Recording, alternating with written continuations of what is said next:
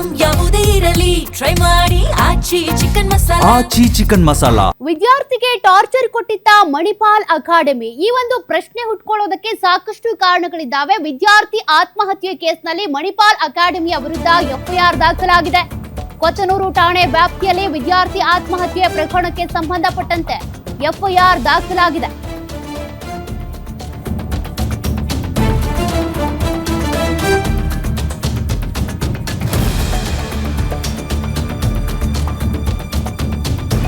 ಆತ್ಮಹತ್ಯೆ ಪ್ರಕರಣ ಮೇ 18ನೇ ತಾರೀಕು ಹಾಸ್ಟೆಲ್ ನಲ್ಲಿ ಆತ್ಮಹತ್ಯೆ ಮಾಡಿಕೊಂಡಿದ್ದಂತ ವಿದ್ಯಾರ್ಥಿ ಕೇಸ್ಗೆ ಸಂಬಂಧಪಟ್ಟಂತೆ ಸಾಕಷ್ಟು ಅನುಮಾನಗಳು ಹುಟ್ಕೊಂಡಿದ್ವು. ಅಕಾಡೆಮಿಯವರ ಕಿರುಕುಳ ಅವಮಾನಕ್ಕೆ ಬೇಸತ್ತು ಆತ್ಮಹತ್ಯೆ ಮಾಡಿಕೊಂಡಿರುವಂತ ಆರೋಪ ಇದೆ. ಪರೀಕ್ಷೆಯಲ್ಲಿ ಬೇಕೆಂದೇನೆ ಚುನ್ನೂನನ್ನ ಫೇಲ್ ಮಾಡಿದ್ದಂತ ಆರೋಪವೂ ಕೂಡ ಅಕಾಡೆಮಿಯ ವಿರುದ್ಧ ಇದೆ. ಜೊತೆಗೆ ಎಲ್ಲರ ಮುಂದೆ ಅವಮಾನ ಮಾಡಿದ್ರಂತೆ, ಅದನ್ನ ಹೇಳ್ಕೊಂಡಿದ್ದಂತ ಚುನ್ನು ಇದರಿಂದ ಮಾನಸಿಕ ಖಿನ್ನತೆಗೆ ಒಳಗಾಗಿ ಚುನ್ನು ಆತ್ಮಹತ್ಯೆ ಮಾಡಿಕೊಂಡಿದ್ದಾರೆ ಅನ್ನುವಂತ ಆರೋಪ. ಚುನ್ನು ತಂದೆ ಮುನ್ನಲ್ ಕುಮಾರ್ ದೂರಿನ ಮೇರೆಗೆ ಎಫ್ಐಆರ್ ದಾಖಲು ಮಾಡಿಕೊಂಡಿದ್ದಾರೆ ಪೊಲೀಸರು.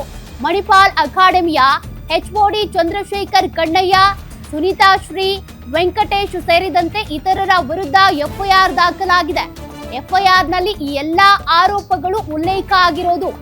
ಟಾರ್ಚರ್ ಕೊಟ್ಟಿದ್ರು, ಜೊತೆಗೆ ಎಲ್ಲಾ ವಿದ್ಯಾರ್ಥಿಗಳ ಸಮ್ಮುಖದಲ್ಲೇ ಅವಮಾನ ಮಾಡಿದ್ರು ಅಂತ.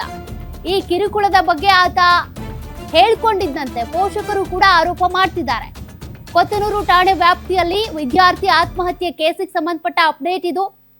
ಮಣಿಪಾಲ್ ಅಕಾಡೆಮಿ ಸಿಬ್ಬಂದಿಯ ವಿರುದ್ಧ ಸದ್ಯ ಎಫ್ಐಆರ್ ದಾಖಲಾಗಿದೆ. ಮೇ 18ನೇ ತಾರೀಕು ಹಾಸ್ಟೆಲ್ನಲ್ಲಿ ವಿದ್ಯಾರ್ಥಿ ಆತ್ಮಹತ್ಯೆ ಮಾಡಿಕೊಂಡಿದ್ದ ಆ ಕೇಸ್ಗೆ ಸಂಬಂಧಪಟ್ಟಂತೆ ಮಾಹಿತಿ.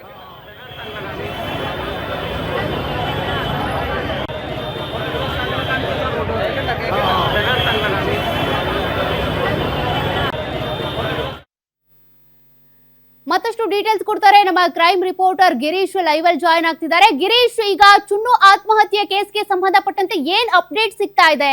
ಎಫ್ಐಆರ್ ನಲ್ಲಿ ಏನೆಲ್ಲ ಆರೋಪಗಳು ಉಲ್ಲೇಖ ಆಗಿದ್ದಾವೆ ಅಂತ?